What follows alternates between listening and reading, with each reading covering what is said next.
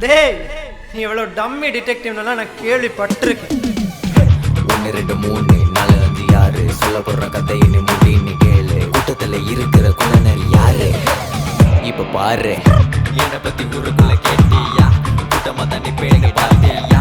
தண்ணி கட்டு ராஜாவா நான் வந்திருக்கேன். கத்துக்கிட்ட விதைகள் மொத்தமான சொல்லி தரவா. சுத்தி சுத்தி முடிக்கிறதுக்கு இருக்கேன்.